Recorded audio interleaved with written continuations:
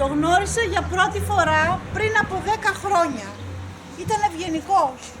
Είχε καλούς τρόπους. Ήξερε πώς να μου φερθεί. Τον πρώτο χρόνο η σχέση μας ήταν ονειρική. Μπορώ να μιλήσω για έρωτα. Είχαμε καλή επικοινωνία, μέχρι που κάποια μέρα όλα άλλαξαν.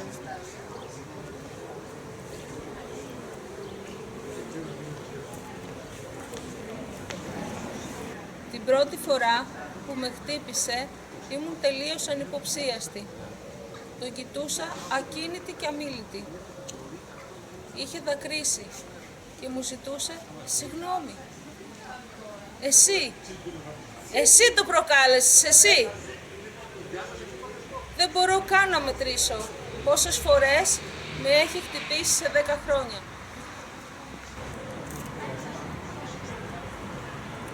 Ήξερε που να με χτυπήσει εκεί που πονούσα, στο παιδί μας. Σαν να ήξερε τι ήταν πιο καταστροφικό για το παιδί μας, μα και πιο οδυνηρό για μένα. Ήταν σαν να είχε μία έκτη αίσθηση που του έλεγε τι να κάνει για να με τσακίσει. Και με τσάκισε.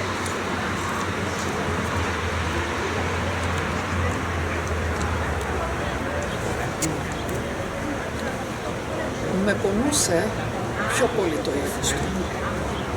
Αυτό το βλέμμα που με κοίταζε και μου έλεγε «Δεν θα τα καταφέρεις μακριά». Με κοίταζε σαν την πιο άχρηστη γυναίκα του κόσμου. Ντρεπόμουν. Για όλα ένιωθα ντροπή. Και αυτό ήταν το χειρότερο. Ένιωθα ότι πρέπει να απολογούμε για τα σημάδια, για τις μελανιές, που προσπαθούσα να τις κρύψω κάτω από τα κοντομάνικα τα καλοκαίρια. Ντρεπόμουν.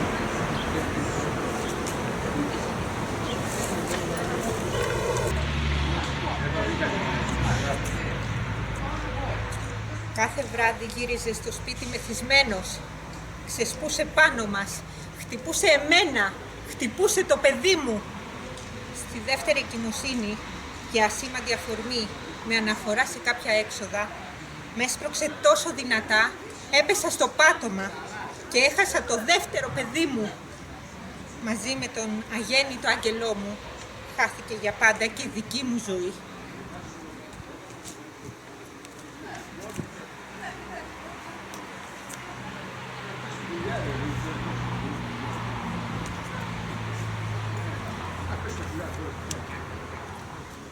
Με έδερνε πολύ.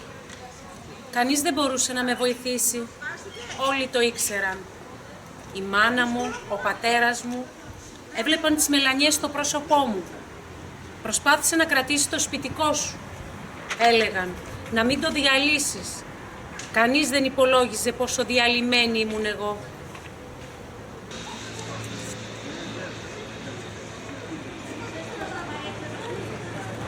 Κάποιες μέρες ο πόνος είναι σχεδόν αφόρητος. Δεν μπορώ να ξεχωρίσω τον πόνο μου από τον πόνο του παιδιού μου. Προσεύχομαι κάθε μέρα να γίνει κάτι και να φύγει, να πάψει να βρίσκει ενδιαφέρον, να με τρομοκρατεί. Δεν μιλούσα. Έτσι με έμαθε η μάνα μου. Να μην μιλάω. Από παιδί ακόμη έβλεπα τον πατέρα μου να της φέρεται σαν να είναι σκουπίδι. Της φώναζε. Την έβριζε συνεχώς. Σε μένα τα χρωστάς όλα, της έλεγε. Εκείνη έκλαιγε κρυφά. Όταν έκλεισα τα 18 μου και πέρασα στο πανεπιστήμιο, είπα στον εαυτό μου, θα τελειώσω το πανεπιστήμιο, θα βρω μια δουλειά και δεν θα εξαρτώμαι από κανέναν. Πού να φανταζόμουν ότι ο άντρας μου θα ήταν χειρότερος από τον πατέρα μου.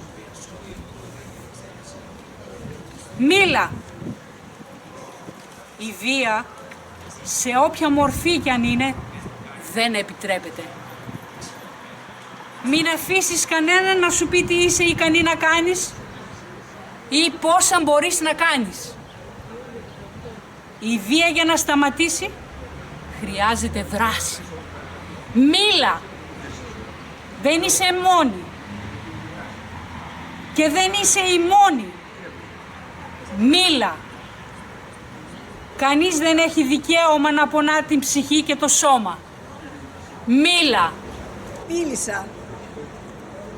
Μίλησα επιτέλους, αφήνοντας ένα γράμμα. Μη είχες πει πόσο βίαιοι ήταν οι γονείς σου όταν ήσουν ένα παιδί. Δεν φανταζόμουν ποτέ ότι θα γίνεις κι εσύ έτσι. Έκανα υπομονή. Είπα ότι θα άλλαζες. Μα εσύ γινώσου όλο και πιο σκληρός μαζί μου. Και με το παιδί μας. Κατάλαβα τώρα ότι το λάθος δεν είναι δικό μου. Γι' αυτό φεύγω.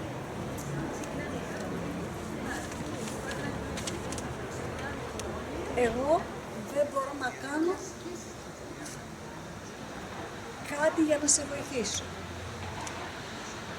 Για το καλό του παιδιού μας όμως, φρόντισε να αλλάξει συμπεριφορά. Αν δεν μπορείς μόνος σου, ζήτησε βοήθεια από κάποιον ειδικό. Μην προσπαθήσεις να με ψάξεις, είναι μάταια. Θα επικοινωνήσω εγώ μαζί σου. Φεύγω!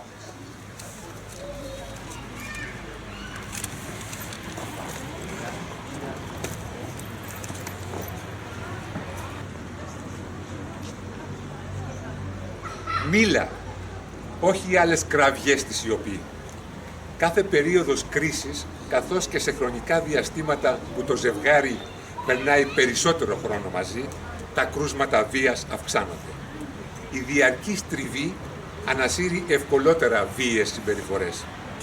Η ενδοοικογενειακή βία αναγνωρίζεται ως κοινωνικό πρόβλημα και ως έγκλημα που τιμωρείται μέσω της εφαρμογής εξειδικευμένου νομικού πλαισίου. Στα συμβολευτικά κέντρα παρέχονται δωρεάν νομική και ψυχολογική στήριξη. Από τον Απρίλιο του 2011 έως και το 2019 έχουν καταγραφεί 18.583 περιστατικά βίας κατά των γυναικών. Η υποχρεωτική καραντίνα λόγω της πανδημίας κορονοϊού έχει αυξήσει κατακόρυφα τα κρούσματα ενδοοικογενειακής βίας. Εάν υποψιάζετε ότι ένας δικός σας άνθρωπος ή ένας άνθρωπος από γειτονικό σπίτι υποβάλλεται σε βία από το σύντροφό του, γίνεται η φωνή του.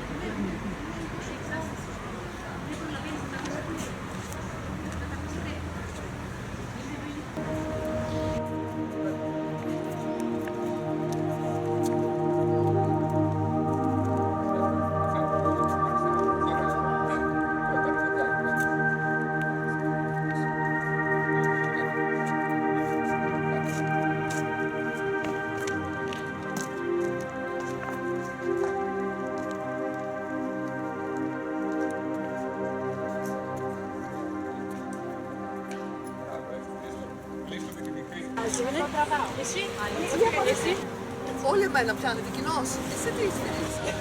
Διάφορα, ναι. Τι ρόλος?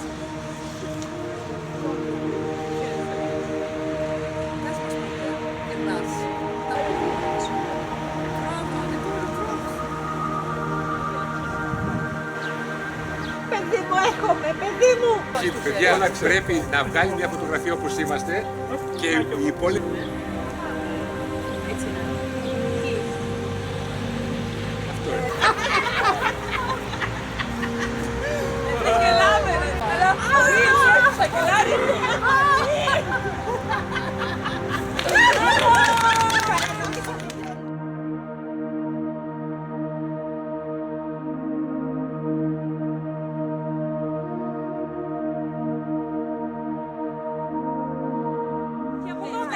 τραβάς, Και από δεν εδώ. μου τραβάει το μαλλί. Από εδώ. Όλη εμένα πιάνετε, κοινώς. Σακελάρι τραβάς, η τσάμα μου τραβάει. Όχι. Τράβα, σακελάρι. Όχι ακόμη. Θα πούμε κι εμείς. Α, τραπέστε όλους. Όχι ακόμα. Πότε. Έλα. Θα βγω στο κινητό. Τώρα. Μήπως να τσιρίξουμε και λίγο. Μια φωτογραφία. Πάμε να μας τελευταία, ξαναδίνει ο Νίκος. Ελάτε να φωτογραφία. Πάμε να μας ξαναδίνει ο Νίκος. Πρώτο χρόνο Δεν μπορώ. Το έκανα λάθος. Μόλις ακούσεις το νούμερο 1 βγαίνεις. Εντάξει. Νούμερο 1. Σταμάτα, Χριστέ. Είσαι έτοιμη? Να γίνει κάτι και να φύγει. Πρέπει να νευριάσουμε, νευριάστε με. Τι θα κάνω.